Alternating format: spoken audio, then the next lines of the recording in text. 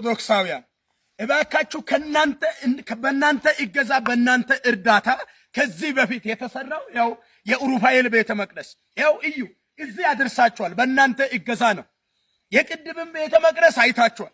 ይህንን አይታችሁ ይህንን ሰጣችሁ። ይህንን በእናንተ እገዛ በእናንተ እርዳታ የሊቀ መላኩ የቅዱስ ኡሩፋኤል ቤተ መቅደስ እዚህ ደረጃ ደርሷል።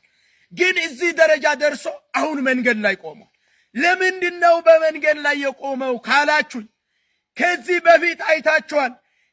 እዚህ ጋር አሸዋ አይመጣ፣ ድንጋይ አይመጣ፣ ሲሚንቶ አሸዋ አይመጣም። መኪና የሚመጣበት ቦታ የለም። ሞተር የሚወጣበት ትራንስፖርት የሚባል ነገር የሚመጣበት ቦታ የለም።